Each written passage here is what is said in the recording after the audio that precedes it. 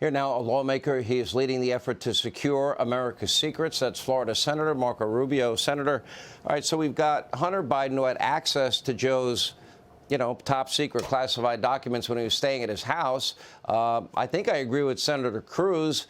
Based on his background and his associations, I think it would be prudent to examine his home. You have a trove of documents. Jonathan Turley writes at length about it at the University of Delaware. But the Department of Justice, in a letter to Jim Jordan requesting these documents, says they will not be forthcoming because it would somehow hurt their investigation. Your reaction?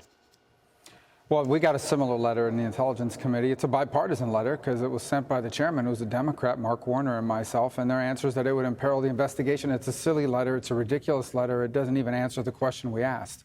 This is very straightforward. We are the committee in charge with making sure that our intelligence agencies are doing a good job. Part of their job is to protect classified information from espionage and from putting our country in danger. We know that there are letters and documents and material, the media seems to know more about it than Congress does, that are out there that were not stored properly, they're in his garage or whatever. We want to know what those materials are. The Justice Department possesses them, but the intelligence community knows what they are, and they are refusing to tell us which materials they are. It's not that we're not cleared.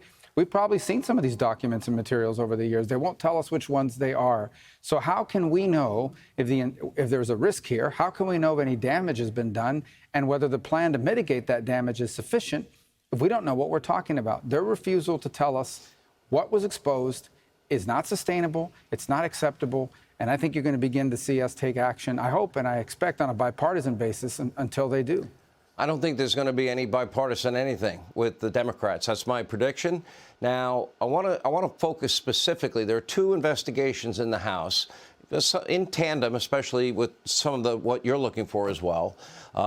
And that would be the House Oversight Committee. That would be Jim Comer, also looking into the Biden family, their foreign business dealings, whether or not there was influence peddling, but also the document issue. And then Jim Jordan looking into the FBI and the DOJ. Is the FBI politicized, the DOJ weaponized?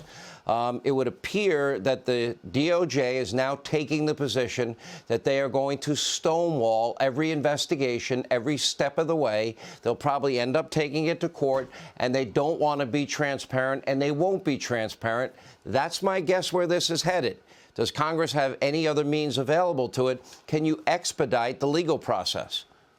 Well, not just the legal process, but listen, every one of these agencies, their budgets are approved by Congress. They have to be authorized by the committees that have oversight. We have oversight over the FBI's counterintelligence division, and so it gives us an angle on the Department of Justice, and we certainly have oversight over all the agencies who these documents, by the way, belong to.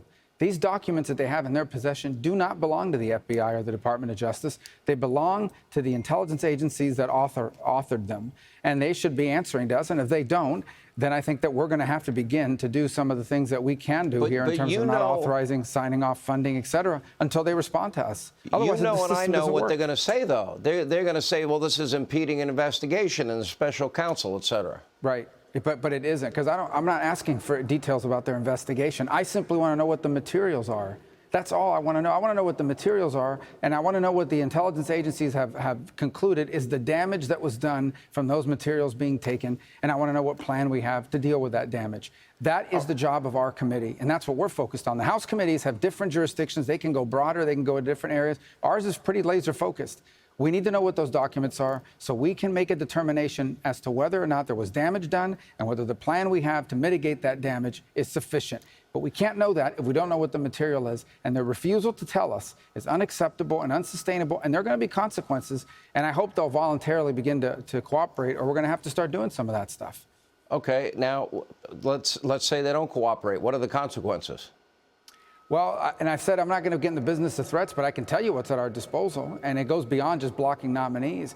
You know, every authorization, every one of these agencies in the intelligence community, they need a bill. They need us to write laws that authorize them to do this. They can't pass that out of our committee if we don't authorize that. The funding, we can start fencing funding, meaning they won't be able to use money, even if it's appropriated to them by law. They won't be able to move monies around. So they've got nominees, obviously, they bring before us.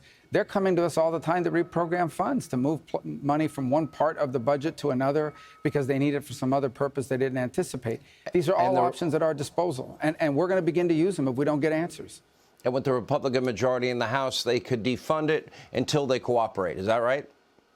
They can defund it, but we in the Senate can even refuse to pass bills that allow them to spend the money even if they got the funding. Because you need two things. You need the money, and then you need the authorization. You need a law that authorizes you to spend the money that way. So it's a two-pronged approach, and we can deny both of them, not just with a House majority, but I think we have enough votes in the Senate to do that until we get answers.